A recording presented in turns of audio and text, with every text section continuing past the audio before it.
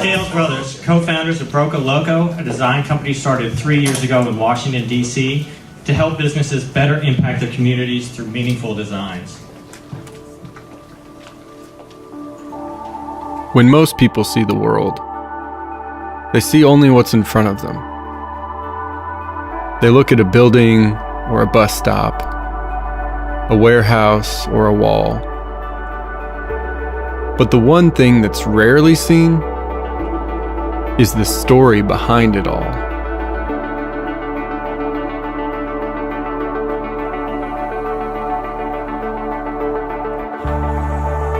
When we were helping rebuild war-torn cities around the world, designing consulates and embassies, we realized the potential that architecture has to change the way people perceive their lives. We experimented with street art in the early days, and we saw how buildings can become something more than just bricks and mortar. We came together as brothers to tell the stories of communities and companies in ways that have never been done before. Our goal is to unlock people's imagination.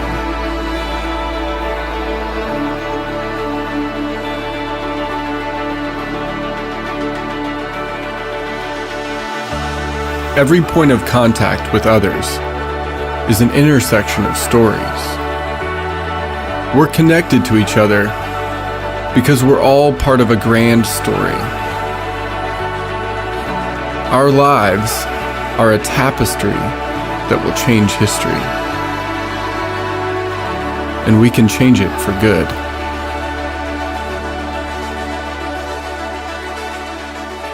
Every commission supports orphans and communities around the world.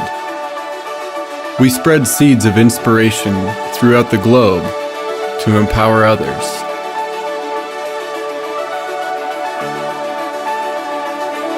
We'll go anywhere. We'll create anything, as long as there's a story to tell.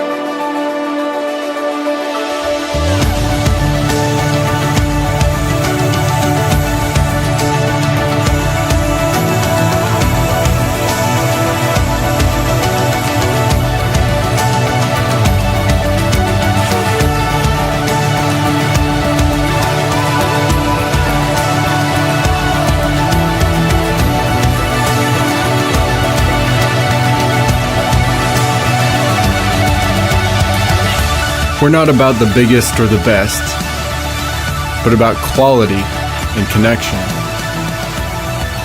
We care about beauty, and we care about meaning. We take art from the studio, and we put it in the streets. As brothers, we tell stories through art and architecture.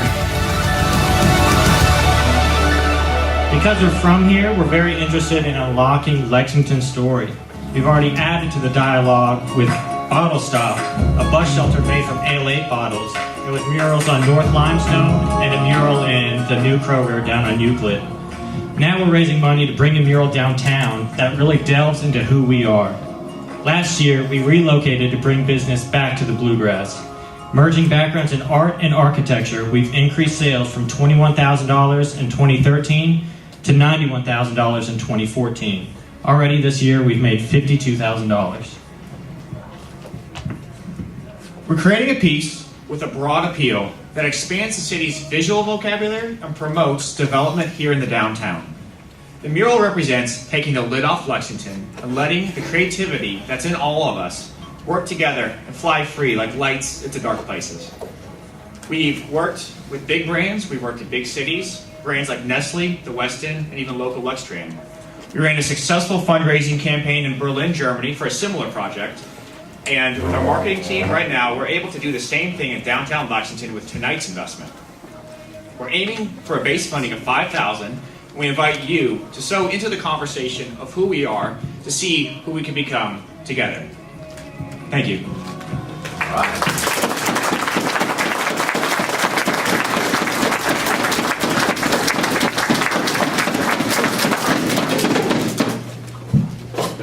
So working together as brothers, do you ever just want to, or is it just totally always? Only hearing him right there, that's my first time.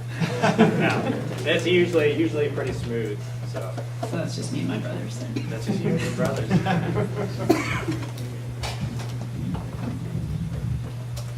This might be kind of a weird question, but what makes this like a business versus just like a project? If that makes any, you know what I mean? Like, explain how this is like truly a business. You know what I mean? It's wonderful. I'm not trying to diminish it by saying that. I'm just like kind of explain to me a little more how this is like truly a business. You know what I mean? Well, what we're proposing tonight is a community-funded project where the client is actually the community. It's all of us together working together for the town. What's different with our business, how we operate, is we work with large-scale developers in big cities like Washington, D.C., New York, Germany, things like that, where development's happening big time, and we come in as consultants with our unique urban perspective and our unique business experience. I used to work with the U.S. government doing embassies worldwide, so we have a lot of credibility as a business where we're hired as consultants we've worked with several Fortune 500 companies, and that's where the majority of our funding comes from. Just to follow up, if you don't mind. So the two of you have a business where you're consultants, design consultants, etc. And that's a whole different thing. This is specifically an individual project that you're working on just for Lexington. Do I understand that right? Yeah. Yes. Cool, thanks.